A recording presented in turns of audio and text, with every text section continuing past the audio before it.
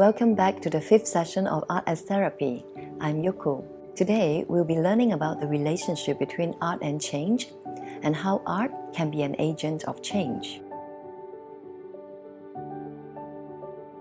In the context of art, the meaning of change has been discussed widely in these two aspects. Firstly, art for social change. Art, together with literature, music, sculpture, and others are considered as invaluable historical records that tell us what other facts or science-based information cannot. For example, art explores our humanity, culture, and even our existence. A piece of artwork can influence or heal our society by making powerful statements about values, knowledge, and reflects experiences or truths that are perceived across different time and space. Art enables people from different cultures and times to communicate with each other. It can also give voice to people who are underprivileged or marginalized.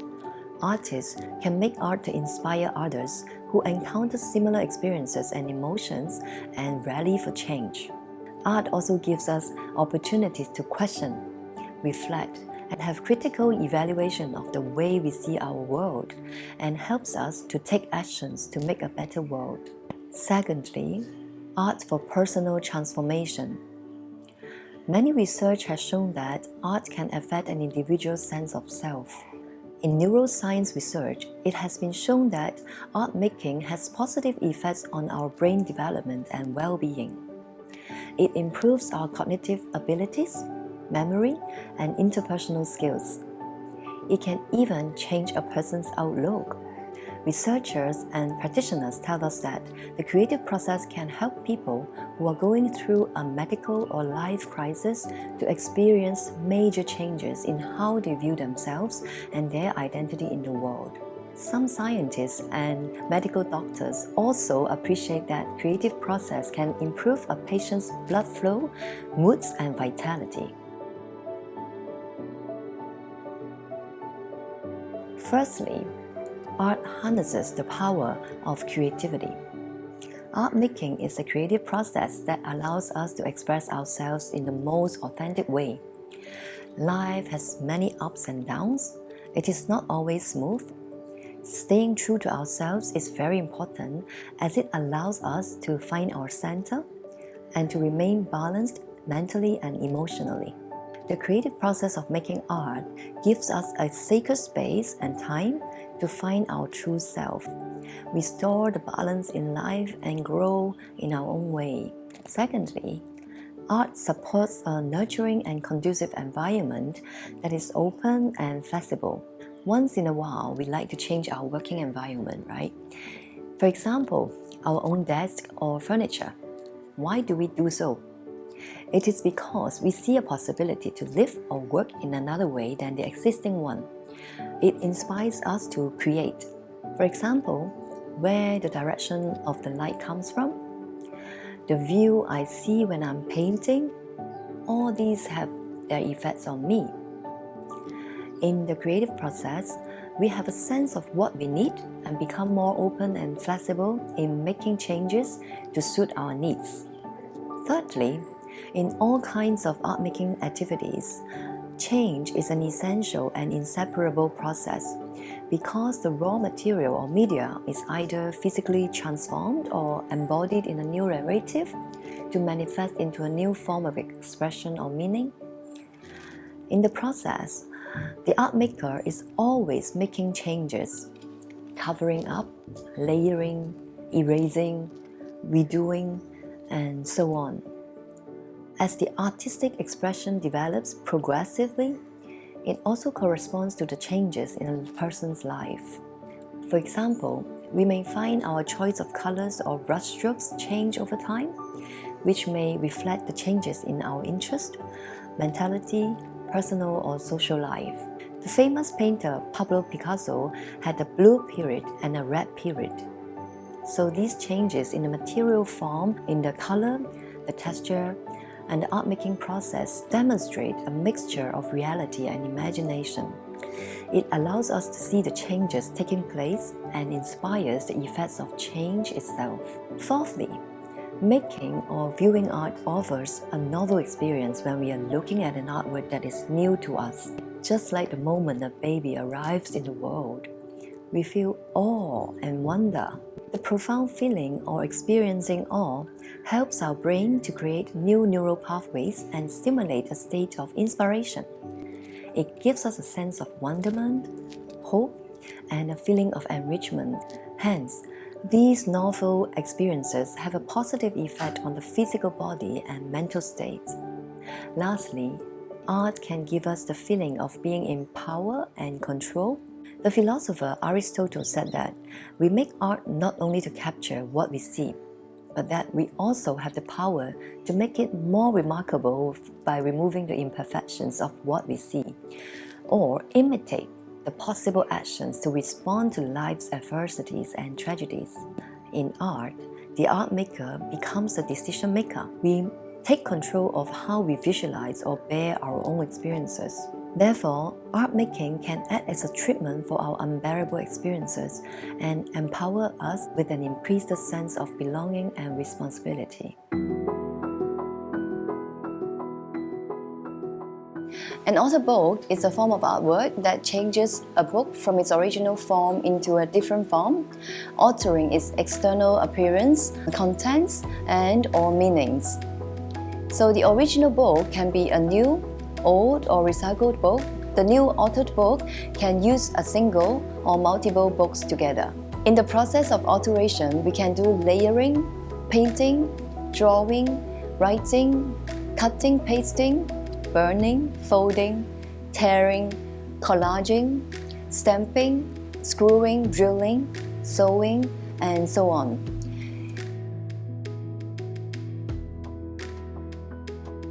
After you author a book, it gives you a completely novel idea and story about what's going on in your mind, and also these are very personal and unique stories about yourself. The material of the book is also transformed. You have the total control and power how you would like to change this book. There are a few approaches and techniques to create an authored book. First, you can create a new narrative of the original story.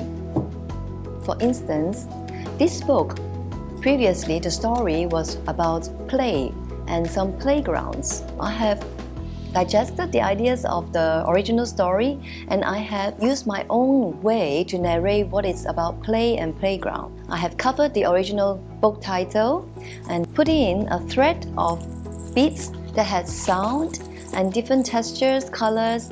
Another approach is to continue the original story. For instance, this book, I have used some felt material and cut out some geometries to paste it on the book cover, the inside, and also created an ending for this story. As I said, ending, it is always also a beginning. Another way to create an author book is a completely new or unrelated story or design, but you are inspired by the existing images, visuals, or the book design. So for instance, I was inspired by the images and text of the original book. So I have torn some of the pages of the book, repasted them on the cover. I was inspired by some of the words which related to the concept of light. I created this book, and then I have inserted a battery with fairy lights inside this bottle. I pasted them all together and glued all the pages together, and I created a new book of lights. The last approach that I would like to share with you is basically to make a completely new artistic work using the material of the book. For instance, this example, I like the width of this book, the volume, the weight. So I have used this and pasted some of the fabrics that I got it from my home collection. I have designed them and composed them into like an artistic work. Itself is like a piece of painting.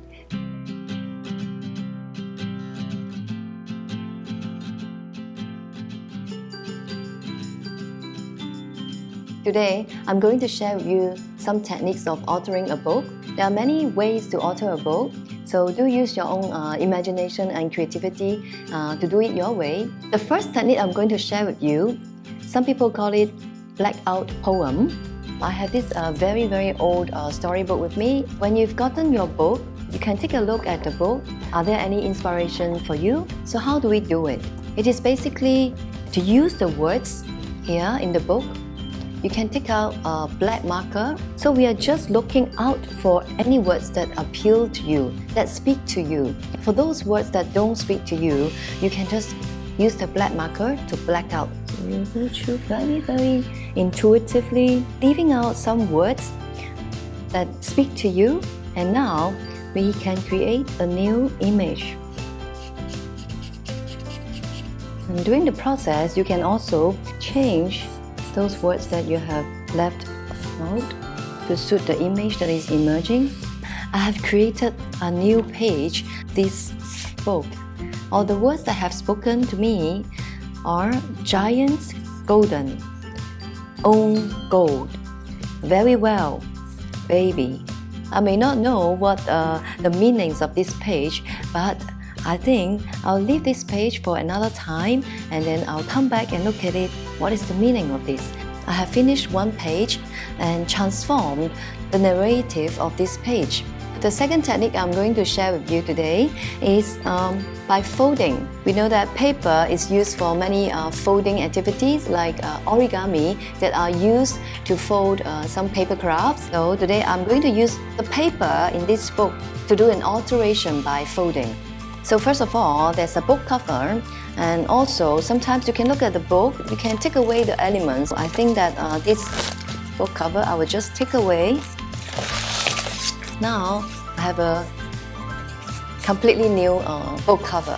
And for this activity, I think a thicker book would help to show the effect of the folding more. So basically, I'm going to fold these pages. Because this book was about architecture, so my intention was to create maybe a three-dimensional, more sculptural book. If you feel like you want to use some measurements for this activity, you can also use a ruler. So first of all, on each page, I fold it to create a triangle, and then I fold another triangle about 1/3. I'm going to do the same folding for a number of pages so that I can see the effect. So the next page, I'll do the folding to the opposite corner, and then I'll have this triangle, and then so I'll use this as the marking, and then I'll create the second one. So for the next one, I will also fold it into a triangle. And then I'll use the second page as a marking for this line, and I'll fold. As you can see, the thickness of the paper is folded paper will be, slightly adjusted. Okay. Then for the fourth page, I'll use the third page as a marking, and then I will fold this up.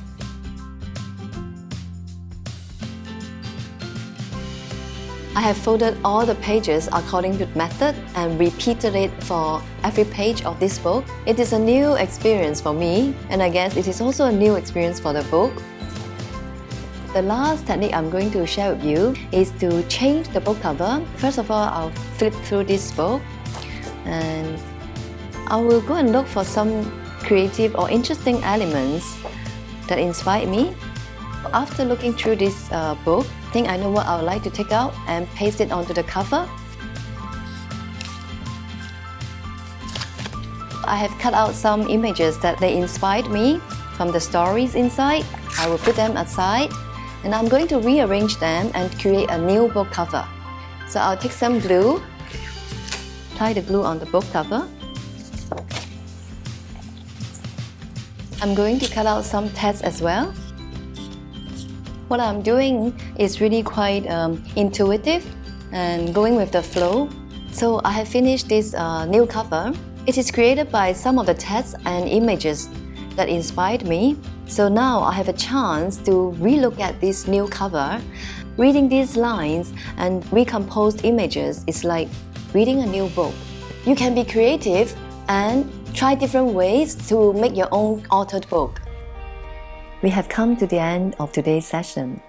To summarize, we have explored some concepts of change, how art performs as an agent of change, and learned about an artistic method using authored book techniques to create our own three-dimensional changing theaters. I hope you have enjoyed the session. See you next time.